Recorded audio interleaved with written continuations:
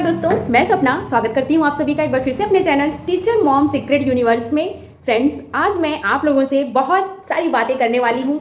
आज मैं आप लोगों से बात करने वाली हूँ कि आप 2025 को किस तरीके से बहुत ही अच्छे से उसमें हर एक अचीवमेंट जो आप चाहते हो अपनी लाइफ में, जो कुछ भी आप पाना चाहते हो उसको आप मैनिफेस्ट कर सकते हो। फ्रेंड्स, ये कहने और सुनने के लिए केवल नहीं है, ये सच में होता है। फ्रेंड्स, हम लॉ ऑफ अट्रैक्शन की सीरीज पे बात कर रहे हैं। मैं लॉ ऑफ अट्रैक्शन के बारे में बातें करती हूँ, जितना मैं जानती हूँ अपने एक्सपीरियंस से, जितना मैंने लॉ ऑफ अट्रैक्शन को समझा है, जितना मैंने यूज़ किया है अपनी लाइफ में और मैं आगे कर भी रही हूँ। फ्रेंड्स, हमने बहुत सारी चीज़ों पे बात किया कि मैनिफेस्टेशन कैसे करें, विजुअलाइजेशन कैसे करें। इसके साथ ही साथ मैंने उस पर भी बात की कि हम स्क्रिप्टिंग, जिसको मैंने लेटर राइटिंग नाम दिया था, बहुत सारे लोग इसको स्क्रिप्टिंग बोलते हैं कि स्क्रिप्ट राइटिंग, किसी भी गोल को अचीव करने के लिए लोग उसके बारे में डिटेल में लिखते हैं, स्क्रिप्टिंग करते हैं उसकी। तो उस तरीके से भी हमने मैनिफेस्टेशन के प्रोसेस को समझा। फ्रेंड्स, आज से बहुत ही जरूरी कुछ कमेंट्स के आधार पर मैं बात करने वाली हूँ कि किसी ने हमें कॉमेंट में ये पूछा था कि स्क्रिप्टिंग हम कैसे करें। विजुअलाइजेशन टेक्निक हम करते हैं लेकिन उसके बाद भी हम नकारात्मक फील करते हैं। फ्रेंड्स, बहुत ही सिंपल है। स्क्रिप्टिंग कहने का मतलब, जैसे आप चाहते हो कि आप अपने एग्जाम में टॉप कर जाओ, आपकी ये फीलिंग आ रही है अंदर से, आप टॉप कर जाओ, बस उस फीलिंग को आपको कागज पे उतारना है। सबसे पहले उसकी स्टार्टिंग करनी है थैंक्स गॉड से। आपने ये भी मुझसे पूछा था कि मैं आपको अपने लेटर जो मैंने लिखे हुए हैं, जो मैंने स्क्रिप्टिंग की थी अपने गोल को अचीव करने के लिए, वो मैं आप लोगों के साथ शेयर करूं। तो मैंने कहा था कि मैं आपके साथ शेयर करूंगी और इन फ्यूचर में ज़रूर शेयर करूंगी, क्योंकि मैंने स्क्रिप्टिंग में मैंने उसमें से कुछ चीज़ें जो मेरी हैं अभी मैनिफेस्ट के प्रोसेस में हैं, इसी वजह से मैंने आपको अभी तक वो लेटर मैंने नहीं दिखाया है। ये होता है ना कि ये थोड़ा सा प्राइवेट होता है, कुछ चीज़ें प्राइवेट होती हैं तो हम हर किसी को नहीं बता सकते। वो चीज़ पूरी हो जाए फिर उसको एक्सप्रेस करना लॉ ऑफ अट्रैक्शन के चीज़ों में, क्योंकि मैं भी अभी सीख रही हूँ, सिखा रही हूँ। हम सीखने सिखाने के प्रोसेस में ही हैं, साथ ही साथ मैं सीखने सिखाने की प्रक्रिया पे भरोसा करती हूँ। तो फ्रेंड्स, इसके लिए आप अन्यथा मत लीजिएगा और बी पॉजिटिव। और हर दिन को आप किस तरीके से अपना अच्छा दिन बना सकते हैं स्क्रिप्टिंग राइटिंग करके, एक महीने के गोल को आप किस तरीके से 10 दिन में, 20 दिन में अचीव कर सकते हो स्क्रिप्टिंग राइटिंग से, जो मैं करती हूँ, जो मैंने किया था। और मैंने कहीं ना कहीं ये सारी टेक्निक मैंने हर चीज़ के लिए फॉलो किया है। लेकिन वही बात है ना कि जब इंसान थोड़ा पेशेंस कम होता है, चीज़ों को पे थोड़ा सा भी अगर समझ लीजिए कि हम ओवर सोचना, ओवर थिंकिंग करना शुरू करते हैं, तो वो चीज़ें फिर भारी होने लगती हैं हमारे लिए। जैसे कि जब मैं यूट्यूब ही मैंने शुरू किया था, तो मेरा ये था कि मैंने एक टाइम बांधा अपने लिए कि मुझे 1 महीने में या 1.5 महीने या 6 महीने में मुझे सक्सेस होना था, तो जिसकी वजह से वो एक बर्डन आ रहा था। और इसी बीच यूट्यूब मेरा स्टार्टिंग में चला तो ज़रूर, लेकिन ये बात है ना कि वहीं पे मैंने उस चीज़ का भार लेना, ओवर थिंकिंग उसमें ज़्यादा करने लगी मैं, कि मेरे पास तो जॉब है, मैं तो काम कर रही हूँ, 8 घंटे की ड्यूटी है मेरी, इसके साथ ही साथ मेरा एक बच्चा है, घर के काम है, और मैं एक समझ लीजिए कि मेरे इन लॉज हैं, उनकी केयर, उनके काम, बाकी भी चीज़ें हैं मेरी लाइफ में। इन सारी चीज़ों को मैनेज करते हुए मैं कैसे सक्सेस होंगी, ये मैंने पहले ही डाउट कर रखा था। लेकिन लॉ ऑफ अट्रैक्शन मैंने बताया है कि जब जब मैंने इस चीज़ को फॉलो किया है, मैं बहुत खुश रही हूँ। और जैसे ही मैंने इससे स्किप किया है, अपनी ओवर थिंकिंग मेरी डोमिनेटिंग हुई है मेरे ऊपर, तो मैं चीज़ों को फिर भूली हूँ। तो यही बीच में मेरे साथ भी हुआ, फिर मैंने छोड़ दिया था। बाद में मुझे ये चीज़ एहसास हुआ कि लॉ ऑफ अट्रैक्शन की टेक्निक तो एक ऐसी अच्छी टेक्निक है जिससे हम बहुत कुछ प्राप्त कर सकते हैं। मेरे साथ थोड़ी सी दिक्कत यूट्यूब को लेके उतनी नहीं थी, क्योंकि मैं जानती थी कि मेरे अंदर इतनी समझ लीजिए कि इतना मेरे अंदर पैशन है किसी भी चीज़ को करने का कि मैं कर लूँगी। मैं थोड़ा सा जॉब सेटिस्फाई नहीं थी अपनी जॉब को लेकर के, क्योंकि मेरे यहाँ ये होता है कि स्टेट गवर्नमेंट के जो स्कूल हैं, मैं उनकी बात आपको रियलिटी बता रही हूँ कि वहाँ पे थोड़ा सा बच्चों के जो पेरेंट्स हैं उनको मोटिवेट करना एक बहुत ही टफ होता है, एक बहुत ही टफ डिसीजन समझ लीजिए होता है, एक बहुत ही टफ काम होता है।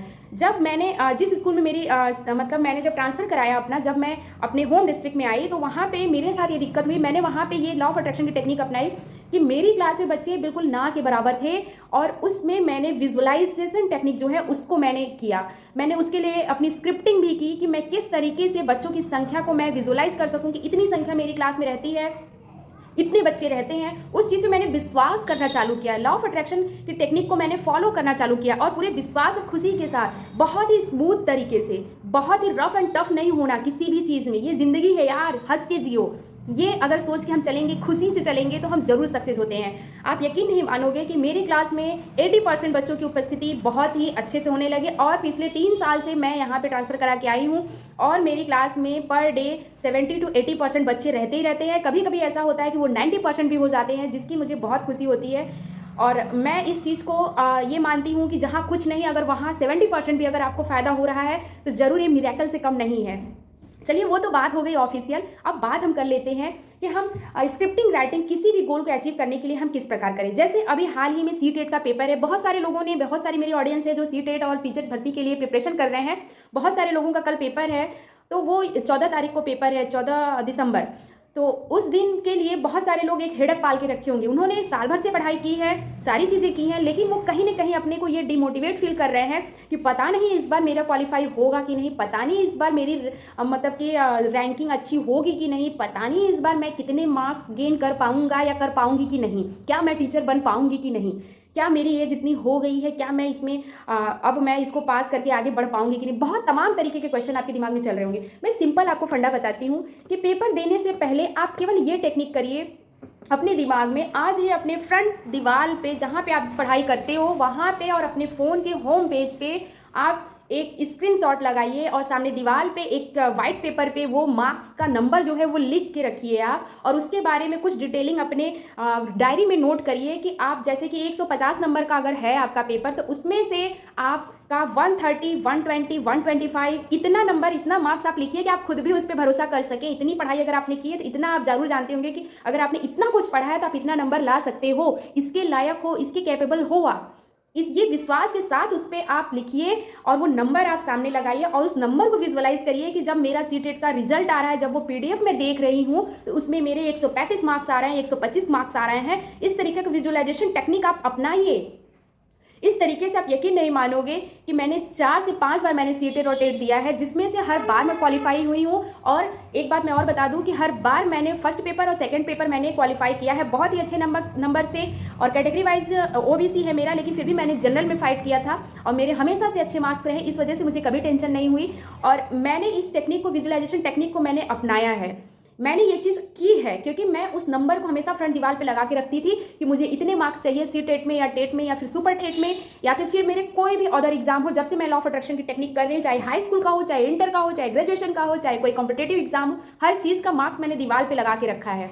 उस चीज़ पे मुझे भरोसा था कि ये चीज़ होगी, उसी के दौरान मैंने लगाया और उसी भरोसे के साथ मैंने अपनी स्टडी का मतलब की है। और आगे ये यूनिवर्स है ना, वो आपको रास्ते दिखाता है कि ये टॉपिक आपके लिए इंपॉर्टेंट है, वो चीज़ आपको पढ़ना है, इस तरीके से आप पढ़ो, इस तरीके से आप बखूबी कर सकते हो।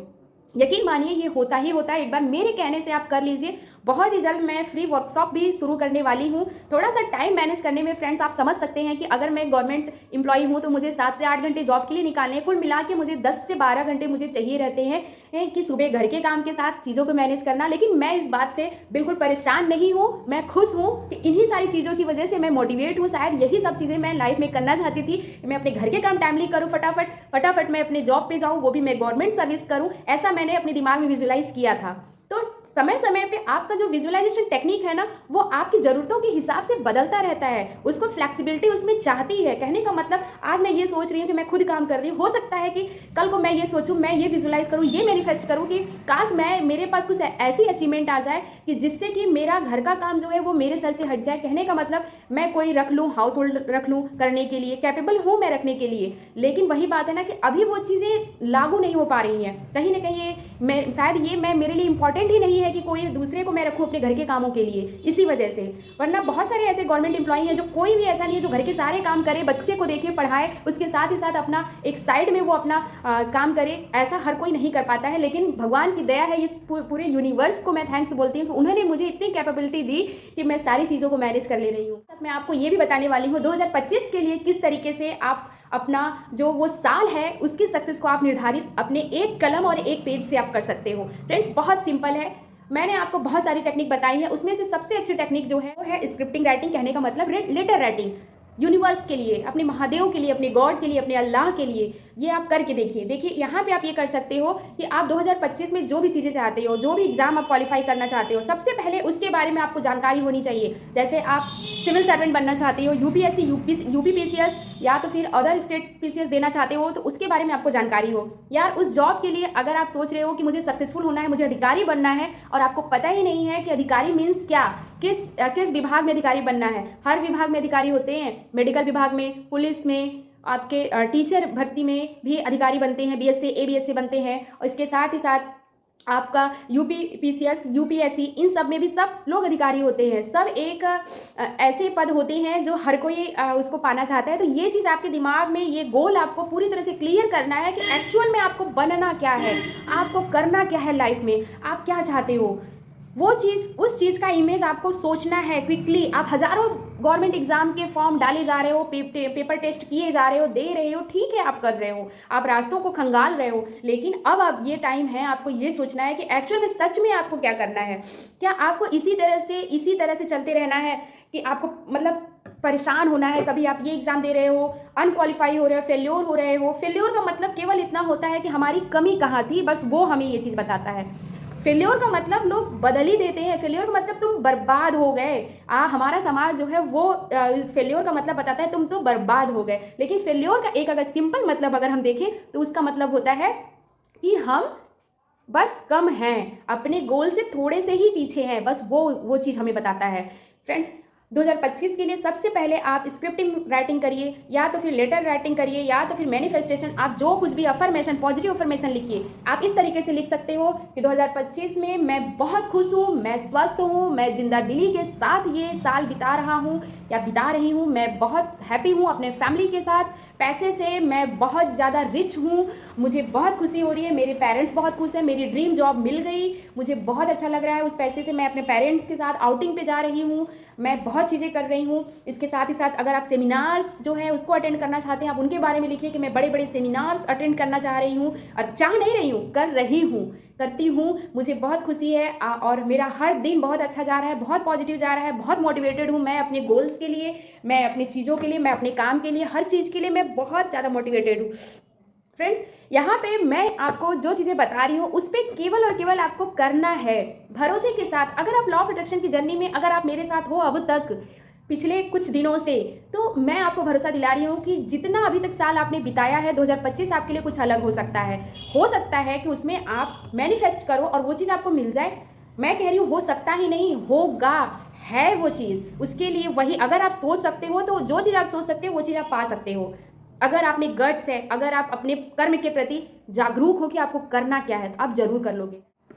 तो फ्रेंड्स, बस इसी छोटे से मोटिवेशन और छोटे से लॉ ऑफ अट्रैक्शन सीरीज को मैं द एंड करती हूँ, और आशा करती हूँ कि मैं आप लोगों को जरा भी अगर समझा पाई हूँ कि अपनी ज़िंदगी को कैसे हम छोटे छोटे पॉइंट्स में छोटे छोटे एफर्ट लगा के किस तरीके से हम बहुत ही अच्छा, बहुत ही सुकून भरा बना सकते हैं। तो आप ज़रूर मेरे चैनल को सब्सक्राइब कर लीजिएगा, शेयर भी कर दीजिएगा, और साथ ही साथ आप मुझे कमेंट में ये भी बताइएगा कि आप लोग लॉ ऑफ अट्रैक्शन की टेक्निक से अभी तक इतने दिनों में आपने क्या मैनिफेस्ट किया, क्या वो चीज़ आपको मिली। अगर वो चीज़ मिली तो आप प्लीज़ मुझे मेंशन करिएगा। मैं भी जानना चाहती हूँ कि क्या मेरी इतनी ऑडियंस जो है, क्या उन्होंने वो चीज़ें अचीव की। मैंने 2025 में बहुत सारा अपना विजन बोर्ड बनाया हुआ है कि क्या क्या मुझे अचीव करना है, क्या क्या मुझे लाइफ में चाहिए, और मैं चाहती हूँ कि मेरे साथ सपने पूरे करिए आप।